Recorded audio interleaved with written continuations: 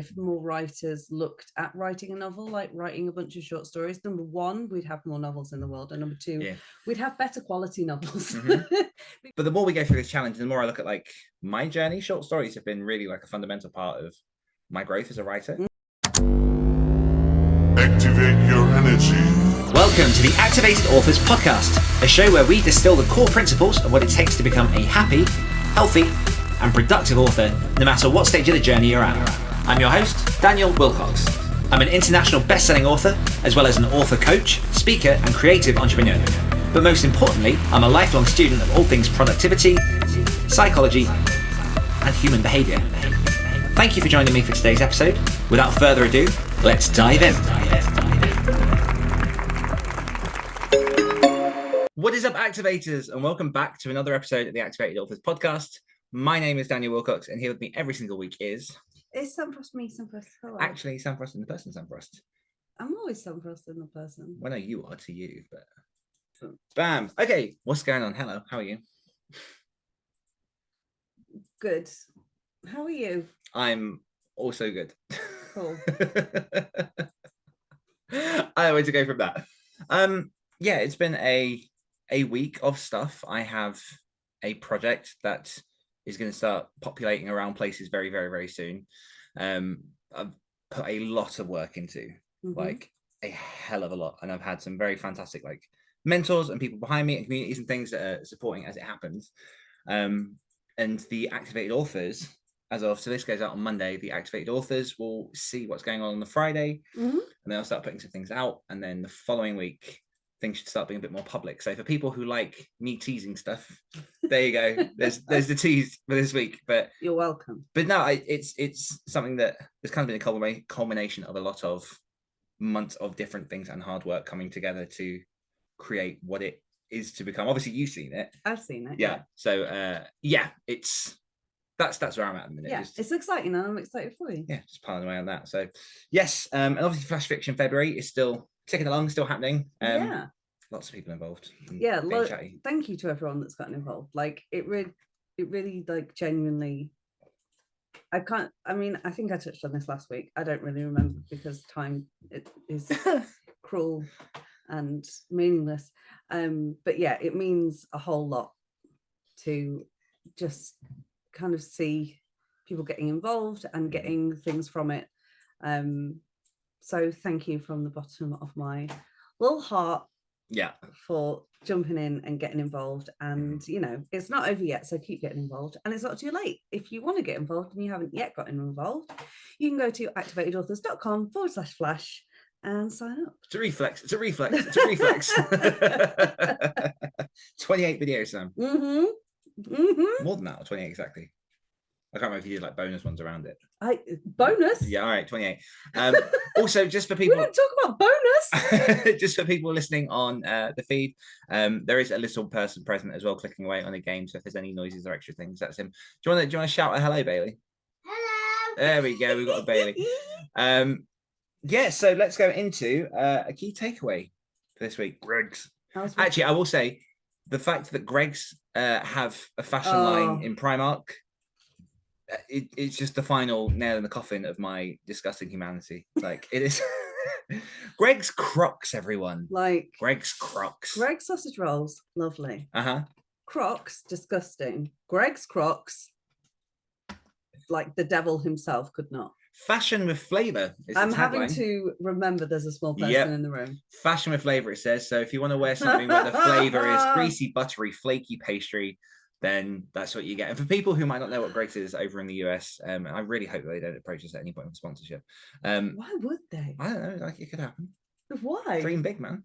But for people over in the US who don't know what it is, it's basically just a very convenient, cheap bakery line. And yeah, they've now partnered with one of our biggest budget designer companies and have made all sorts of paraphernalia. Oh, you can get varsity jackets. Yeah, like if you think of the fashion, I love that we're just going off on this for a second. If you think of the fashion line, I think they're called Supreme. It's like the red, like a what's this shape? Rectangle. Yes. I'm not well. Rectangle, and it says Supreme, and it's kind of like, I don't know, I don't understand it, but it's very like, the kids love it. The kids. Okay, yeah. It's like Greg's have gone, we're Supreme, and they've kind of tried to emulate it a little bit. So I mean, there's Greg's swimming costumes. Oh my god, because nothing helps you float more than a sausage roll. Yeah. So that's key takeaway. There you go.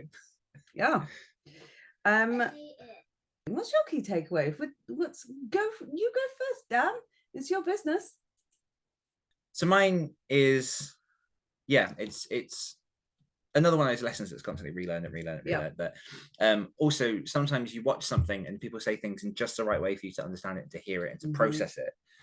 And it was a clip of Sam Harris, who is I think he's a neuroscientist. He does lots of stuff with like sleep and meditation. He's got like an app called Waking Up, which is fantastic for people who want to meditate but don't want to go through like the handheld version, like Headspace and all that kind of stuff. Not to like they're fantastic, but this is a bit more like just, it's a level up. Yeah. But he did a bit of a talk at some point where he was saying about how the only thing you've ever really got control over is the now. And obviously we know this, but like it's that thing of like, no, everything that you want relies on the decisions you're making in this instant. Isn't it weird how everything we want is we never consider it now? Yeah, it's always like, I'll have that in the future, or when things were good. Yeah, or in the past. Yeah, it's that thing of like, obviously the future is never a reality until you get to that point. You have to make the choices in the now to get to where that is, and the only way you can make better choices now is by using what is in the past to then go into the centre. So I shouldn't have had toffee popcorn for lunch. Probably not. I mean, to be fair, I had some as well, so no regrets. Yeah, it was really good. I love toffee popcorn. It was really good. But yeah, so that's kind of mine. Is just that reminder of like, there's always that, tomorrow or next week or whatever, and it is just like, if you can really get into the centre of where you are now, so you can go, okay, is this a good choice? Is this not so good choice? Like, what is it I want? And is this thing that I'm doing now getting me to that thing? Yeah. Because there's nothing that I hate more than like having those moments where I'm like, I know the type of person I want to be, and I know that I'm not being that person. And it happens a lot. And like, I've been doing that on and off for like the last few years, and life gets in the way a lot of the times. But at the same time, controlling what you can control to make the decisions to become the thing that you want to be is so small one. Yeah. Not quite on the same line as Greg's. Not quite on the same line. Tiny one.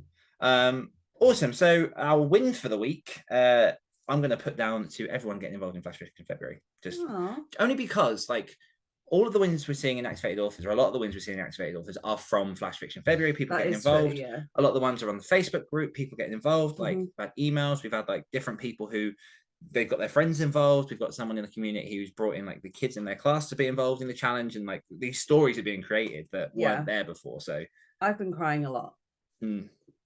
Like, and because of this.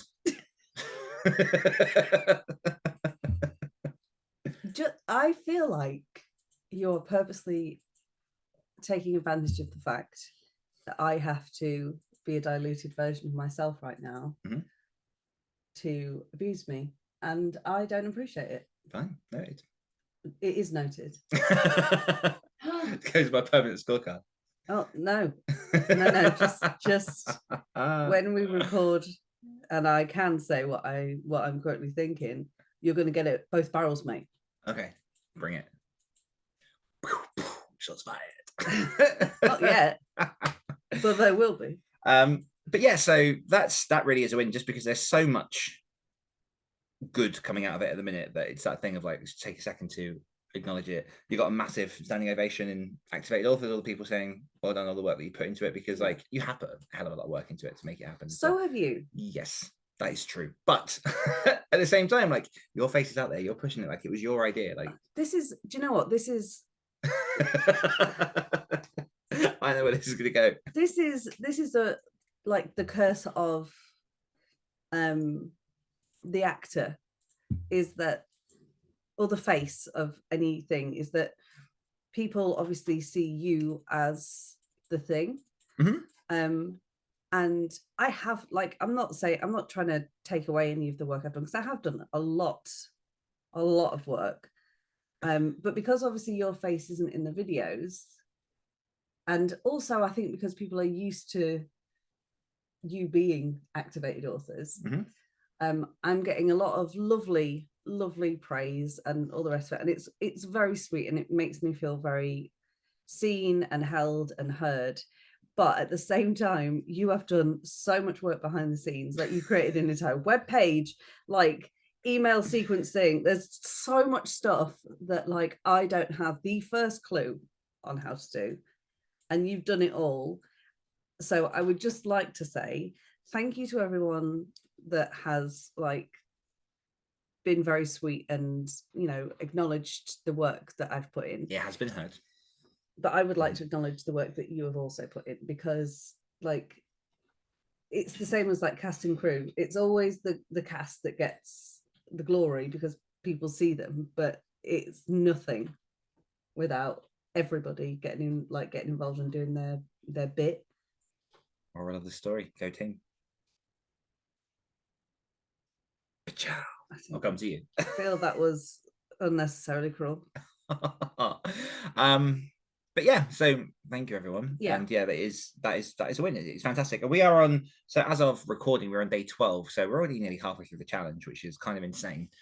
I know. We've got well over 200, coming up to 300 stories submitted now, just from those first 12 days. So and what I quite like about that is you know, so there was a bit of an inspiration for where some of this came from, and the other challenge that this came from was a case of you had to submit every single day for this thing to do.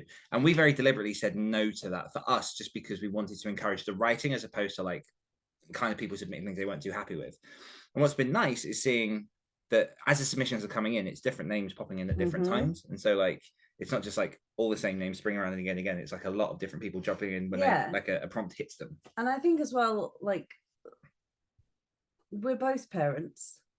And I think that, like, we have a similar idea in that, obviously, you know, it's important to have boundaries and all the rest of it, but like, it's nice to lead like praise first. Does that make sense? So like, I would rather say well done to someone. Reward effort rather than result. And I'd rather say well done to someone who managed to submit one thing in February who wouldn't normally have written, than like punish everybody who did not produce 28 pieces of like, it's because also if you miss one, you're out. And you know that, and you're done. And and that also, that puts like, it stops, I think that kind of like stress and pressure can stop a lot of people from like creating at their best.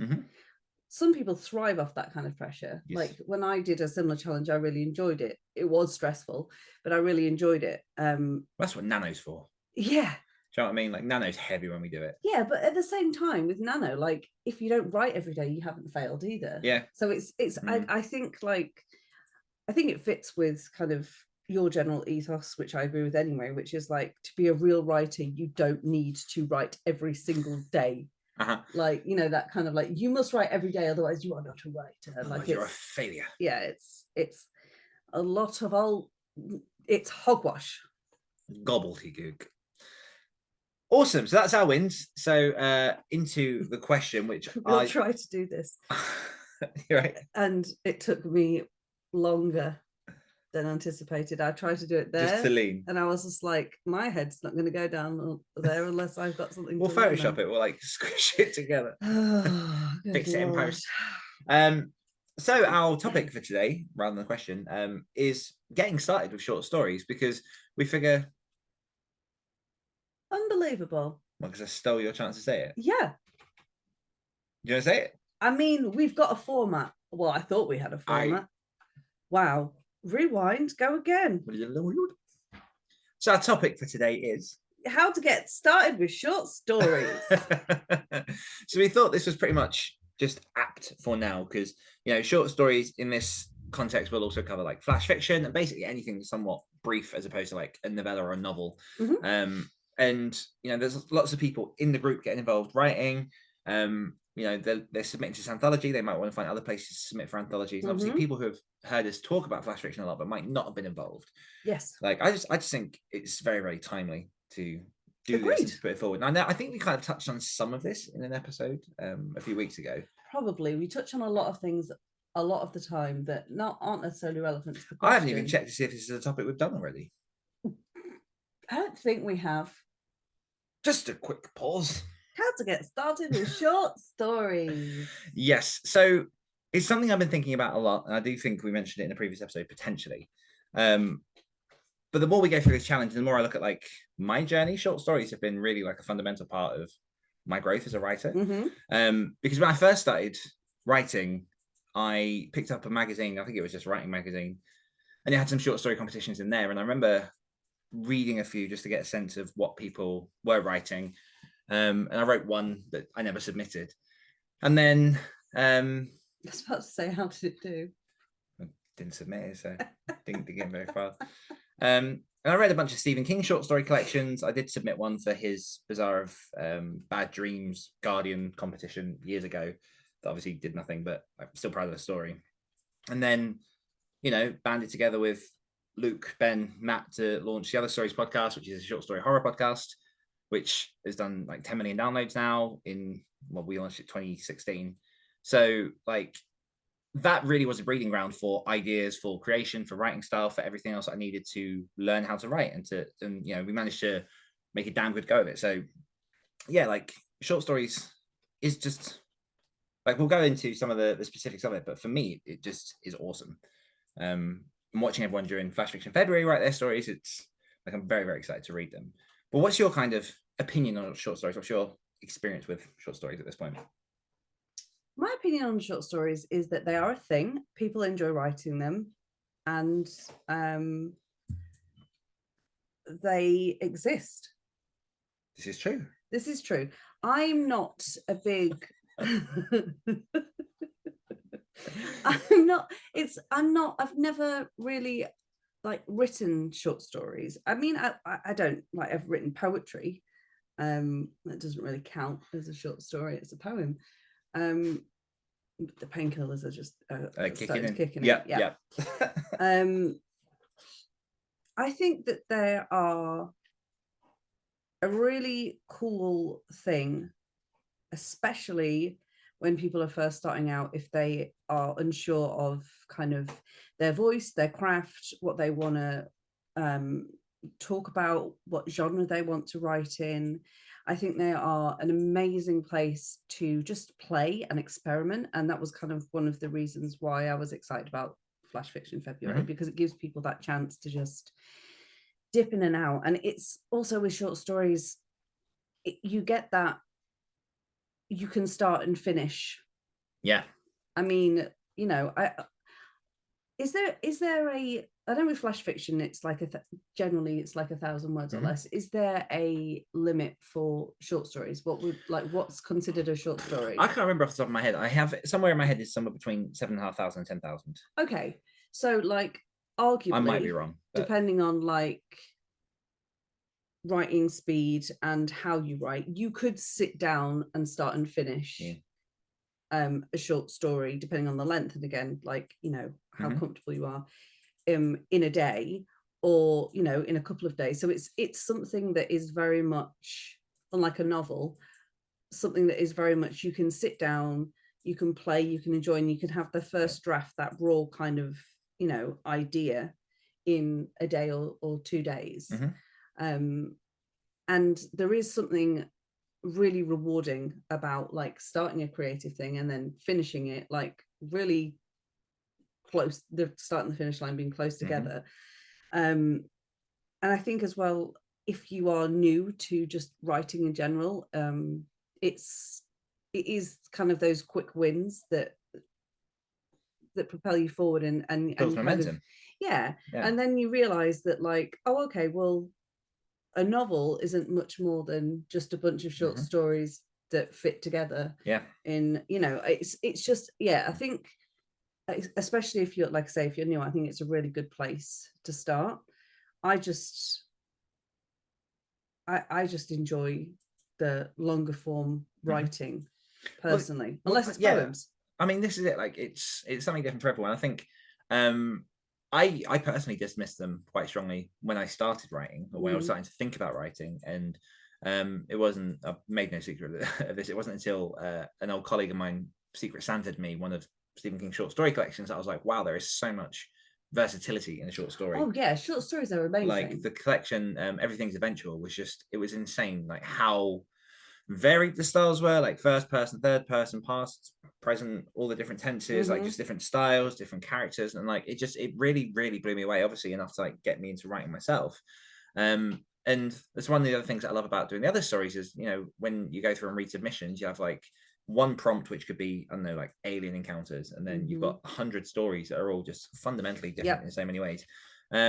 But you're right, like one of the best things about a short story is it really does just test your craft and help you build momentum, because a novel is such an overwhelming thing. But when people come to story, a lot of the time they're like, I want to write a novel. Yes. And there seems to be a chasm in how people think of novels versus short stories. And fundamentally, you've got the same main components. So like short stories are a bit different to novels, because novels have to feel a bit more of a journey, a bit more rounder as a story. But they still have like beginning, middle, and end. You still have like a rise and a fall. You still have like all the structure that goes into story.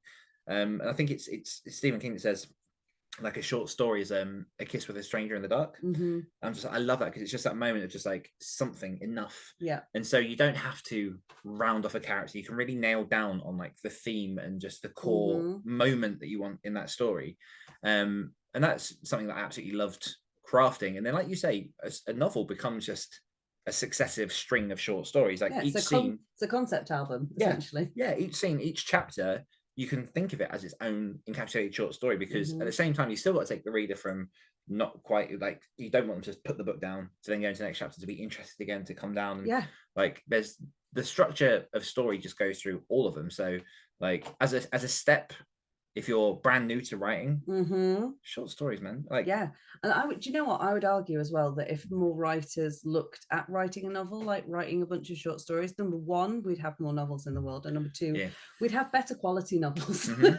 Because I think one of the things that like short form fiction forces you to do is cut away anything that isn't explicitly relevant. She says in the challenge t-shirt. So one of our prompts, just for context for some people who might have missed it, one of our prompts was write a story of exactly 1,000 words. Exactly 1,000 words. And then a few days later it was edited down to exactly 500. Because I'm evil. I'm evil. But it's true though. Like I knew that this was important anyway, and I found it very much when like I'm going through my own edits of my novel. I'm just like, okay, is this in here because it's important to the story, or is this in here because I'm being I'm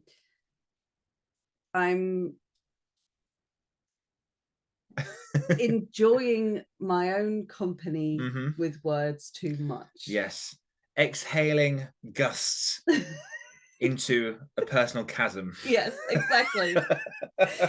It's just it really is about having to be succinct and having to deliver the best story that you can, and limiting the words that you can use forces that to happen. It's the same, and I've said this to you before, like I often find parallels between acting, editing, writing poems, writing like creation. Anything creative, because there is so much overlap. The mediums, how we tell the stories are different. I would argue anything to do with art is about storytelling. Yes. Which is why I call myself a multi-passionate storyteller. Yeah. That's also the story you tell yourself as you're creating. Yes, exactly. And I've noticed heavily that when I'm editing, as in video editing, so for example, the reels for this, I feel so short. You are short. I know. And I know, but because like my back's really bad and I have to kind of like turn like this and I can't like lift my head up, I'm like, listen to me, father. So when I'm video editing, I will always start with, I'll take a chunk and I'm like, okay, I can tell there's a theme, there's something in here that would work really well like as a reel. And then almost exclusively every single time, I will start at a place where I'm like, this has to be the beginning. And then I'll get to the point where I'm like, it's still 2 minutes long. And then I cut out like dead air, ums, ahs, anything that isn't strictly relevant to this through line of story that I've now got, this like beginning, middle and end. And undoubtedly, I will get to the end and it will be like 1 minute 40 and I have to try and find like extra things to cut, and it's always the beginning. Yeah, it's always the beginning. It's always that first 30 seconds which I feel is essential, until I get to the end and go, actually that isn't essential. Like, it's nice, but this setup is not required. We can just start at the action, because you're also trusting the person viewing it to be able to fill in some of those gaps and just to bring their own context. And I think it's very much the same when you're editing something down. Like, you get married to certain turns of phrase, you get married to, and it's like, just because you like them, it doesn't mean they're relevant. Yeah, absolutely. Also, great dating advice. Yeah. Just because you like them, it doesn't mean they're relevant. Or they're good for you. Yeah. But yeah, there's a couple of parts to that, because there's the craft side of the short stories, which, as we say, is kind of like trying to really learn beginning, middle, and end, how to tell story. Finding your voice is huge, and one of the things I've again loved about this challenge is seeing people trying different genres, trying different voices, like just playing, because like we very quickly will come to writing, or at least I did anyway, was like, this is the type of writer I am. And it wasn't until I played everywhere else that I was like, okay, this is, because you have to know what feels good, what doesn't. And like, I spent ages writing in first person, then I went back to third person, then I went past, and then I went present. And like, I found my strides tend to now be like, in novels, third person past. In novellas, I've started to come around to first person present. And in short stories tend to be first person past. I don't know why. I just really like those as styles for those different forms. And there's reasons that we can go into a later episode on that. But that's after, like, you know, I've had like, I think 50, 60 short stories published. I've written more than that. Like, I've done a lot of novels at this point. Like, I've played enough now to know confidently what styles I work in. And so you have that creative side of, you know, how the story work, what is story, how do I become a writer? And then on top of that, you also have the mindset side, which is, you know, how do I actually live as a writer and like accept that I'm a writer and push through the hard parts, imposter syndrome, writer's block, all that kind of stuff that people tend to encounter, that we've spoken about somewhat. Absolutely. But then you've also got like the habit and the routine and the building up. And like you say, when people first get into a novel and you're sitting down, you're writing, you're like, oh my God, I've still got like hundreds of thousands of words to go, potentially. Whereas with a short story, you're still doing the writing, which would be exactly the same action as it would with a novel. But you're giving yourself that finish. You're giving yourself that shorter It's less timeline. intimidating, because like, our brains, when we think of like writing a novel, we are thinking like beginning, middle, and end. Okay, I start at the beginning and I'm not done until the end. And that's like you say you're writing an epic fantasy, that could be like 200 odd thousand words. Whereas if you're writing a short story, like, it's a lot less, and your brain cannot comprehend breaking it down.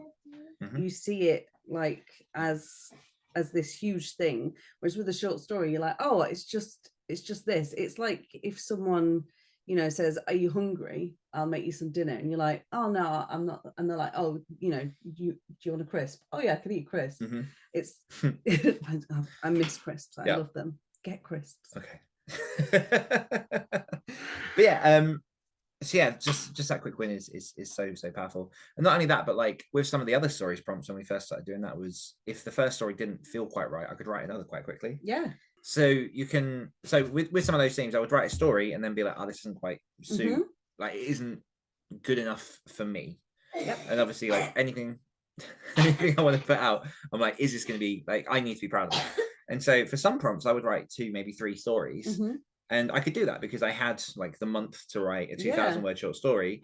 And so it gives you a bit more time to play with, to craft, to see what works for you. Because as we've seen this month, like, and not because we've read any of them, but because people have told us, like, not every prompt and every story you write is going to be a hit for you. It's like some of them you write and you're like, oh, you know, that was all right. Like one of my favorite short stories I ever wrote, I wrote it in 20-25 minutes and it just came like, it just came out when the world fled east. And it was one of those that was, it just poured out, like, and you know, there was nothing that should have been special about it, but it was just, it just happened. And that's what you're fighting for in those moments when you're writing lots of short stories.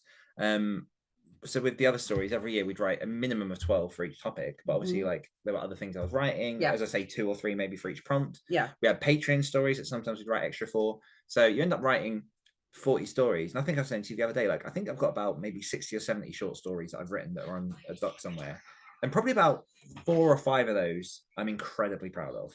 Like, I'm happy with them all. Yeah. But there are 4 or 5 on there that are standout. I'm like, yes, I did it. And the only way that was able to happen was because of all the other ones that came before, and just building the habit and just writing and like just developing a routine in which you allow for those possibilities to happen. Yeah.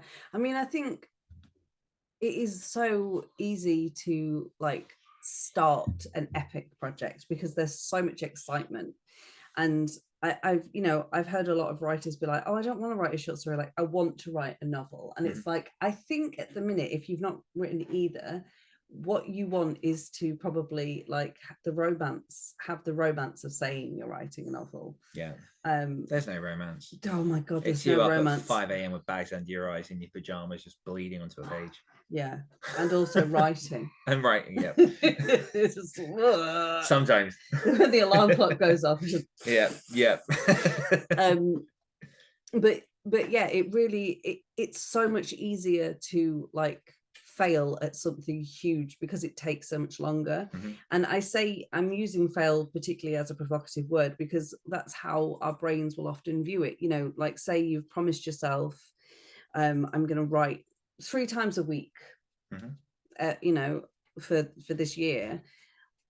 All it takes is for you to miss a day in a week, and then you feel like you failed, and then we fall back into old habits and all the rest of it. Short story, you can say, okay, I'm gonna write it, and because like we say, it's so much shorter, you really do get that jolt of, oh, I can do this, as opposed to like having to hit every session for like X amount of time to get your first draft out before then going into edits and all the rest of it. It is just a great medium, a great way of getting people to the page without it being so overwhelming. And so kind of just intimidating. I mean, I think I've already used that word. The painkillers I'm on are strong, so I apologize if at any point I'm repeating what Dan's saying, or you're repeating what I'm saying, or I'm repeating what Dan is saying, or I'm repeating my own points. But yeah, I just think, as I know I've said, experimenting with genre, tone, voice, style, all of that kind of thing, it's great to do that at any point in like your kind of author journey, author career. You know, it's always fun to play and experiment because we can get caught in our own kind of ruts and routines and habits in a way that it can feel a little bit stale. So just using short stories then, even just as a writing exercise, to kind of find that like a palate cleanser between projects. Joie de vivre. Come through, painkillers. Oh yeah. But also it's a great, like I say, it's a great tool for if you are wanting to write more, but you are like not sure where to start. Flash fiction, short stories, brilliant place to start. And it's a perfect time to remind people as well that first draft is meant to be rough, it's meant to be messy, and with something that's 1,000 words, 2,000 words, you can begin to understand your own self-editing process, as well as, like, by all means you can still send these stories to editors, you can still send them to proofreaders and get that feedback, but it really helps you understand that, you know, that first draft can be a slog, and then you tweak it, and editing is the magic that comes after. I did also want to touch on something that can be a bit contentious sometimes with short stories, which is there is a bit of for people who are new to short stories, who haven't read like collections or seen all that kind of stuff, in much the same way that there is with novels and other sort of longer fiction, you do have a bit of a contrast sometimes between literary and pulp. So literary short stories will tend to be the ones that you see in like writing magazines and newspapers and online, all that kind of stuff.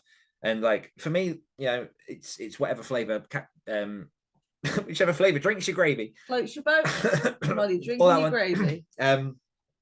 Yes, whichever works for you. But like with literary, it tends to be a lot more heavily based around very, very deep advanced elements of the craft, and a lot more and I don't mean this negatively, but showmanship when it comes to word choices, and a lot more heightened critique, versus what I'd say with pulp tends to be a lot more about entertaining the reader and writing stories. Again, like similar to genre fiction versus literary. Which would I rather read? Well, yeah, exactly. And this is it. Like, I have a real problem with this like literary fiction and then like genre fiction. It's all literary. It really it's all literary, I can't say that word. It's also all not real. Get off your high horse. You're making stuff up too. Yeah, High horse. a very high horse, like a camel. Atop the hump. Atop the hump. But like with so the reason I say this is because there's been a few people. Me and Luke teach every now and then. We'll do like a writing short stories mini course. Information over theotherstories.net if you want to find out or get on the waiting list for that. We haven't yet announced when our next one's going to be. It's horror short stories, isn't it? Or the other stories. So it's writing short horror stories is a course. We do also take people that do like dark fantasy, sort of different things that have an edge, a bit of teeth to it.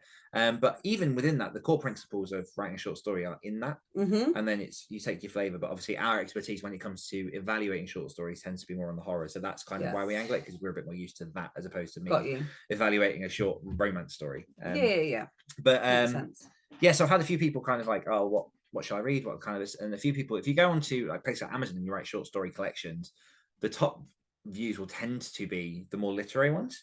And I'd argue that, for example, with the other stories, if you want to get into writing short horror stories, look for horror anthology collections, be specific about the genre because it makes a difference. There are a lot of general literary short story collections out there from, again, the sort of entries into competitions and magazines and all that kind of stuff, but really niche down on the genre. I think that's why Stephen King spoke to me so much, because obviously, like, arguably he's very literary. Yeah, because of it's Stephen King and his writing's gorgeous. At the same time, he's very specifically planted in the horror genre. Yeah, so that was kind of the springboard for that. I think as well, like when short stories are done like well, they are so effective. One of my earliest memories of a story that I was read to me was Roald Dahl's Lamb to the Slaughter. And Roald Dahl did a lot of horror. Yeah, but it's such. I remember like listening to it, except it was in English, and I'm pretty sure, because as I'm thinking back to the pictures that were created in my brain as the book was being, or the story was being read to me, I pictured it around Laceby, which is the village I grew up in. So I'm assuming it would have been year 6 that like I would have heard it. Yeah.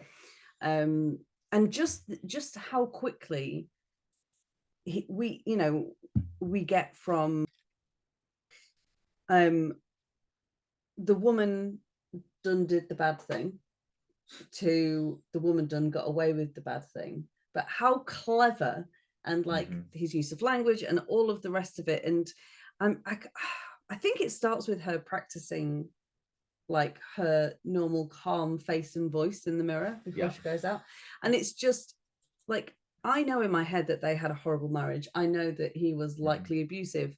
I know all of this stuff, but none of it is mentioned in the story. No, it's all suggestive. It's all that's subtext. What's genius about it. Like, I know all of these things, yet none of it's there. So like it really is, because I think there can be a bit of, I'm doing that thing where I'm waffling. I'm really sorry.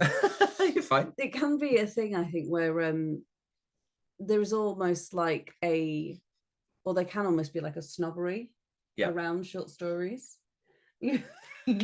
Just to him. You've been cheeky. Yeah.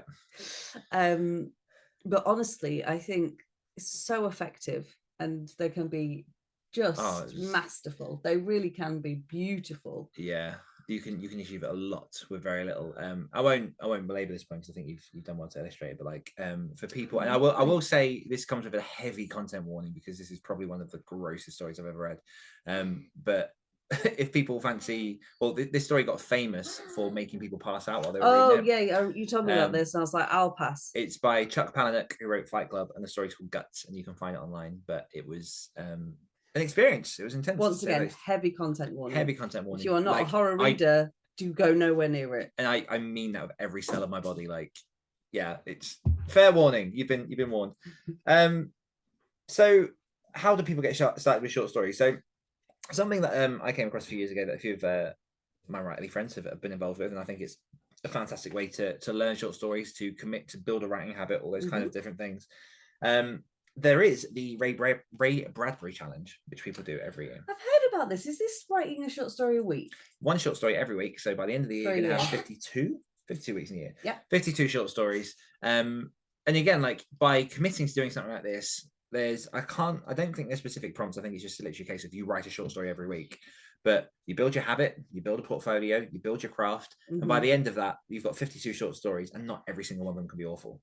Do you know what I mean? Yeah, Like, yeah, again, yeah. like 1, 2, 3, possibly 10, if you're very, very lucky, will be standout short stories that you're very proud of, you can edit. But it really just drills in the practice of moving forward and just keeping going. And because that's nothing kills more writers than them looking at their own story and going, I suck, or having one person go, this story sucks. And it's like, yeah, maybe it does when you start off, because you're starting something new. You get better, you practice, you write more, you read more, you be deliberate, and you just improve. That is the path to being a writer. So yes, so the Ray Bradbury challenge is a great way to start. Also, like Flash Fiction February, like, and we're not deliberately doing this for a self plug, but things like, there are many competitions like this, many different things that give you specific prompts where you can go in and go, okay, right, what does my mind give me from this? Like, I wrote a few short stories from old prompts to begin with when I first started. Oh, Pinterest. Ooh, right. Pray tell. Pinterest is the home to some incredible writing prompts. If you just type in like story prompts, short story prompts, I mean, there are obviously like a lot of kind of not great ones. There are a lot of like repetitive ones.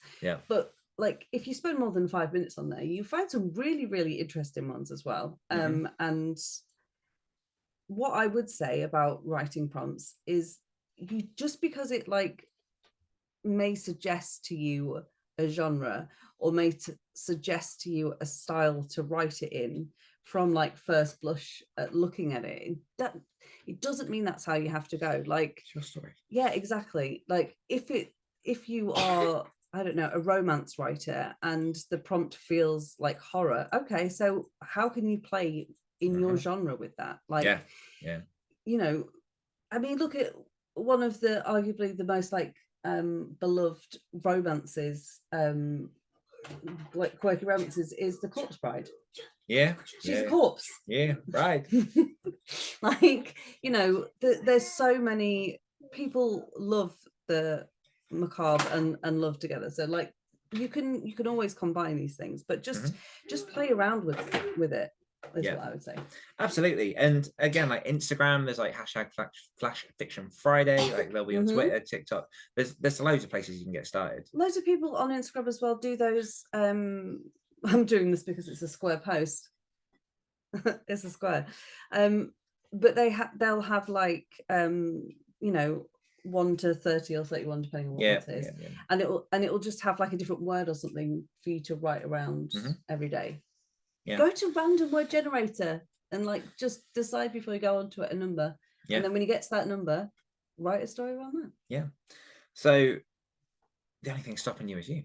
That's always true. Find the prompt, find the thing to write, get writing, start building your habit. But yeah, I think just to kind of like cap it off, as I say, I don't know, I think just because I was so in the throes of it at the time that it just felt like, it never felt like I was learning crafts through short stories. It just felt like I was building like a story studio with the other guys. Like, that was how, you know, the other stories was built. It was just a podcast that kept growing and growing. We were doing like fun with it. And obviously it was a chance for us to write our stories and hit new audiences.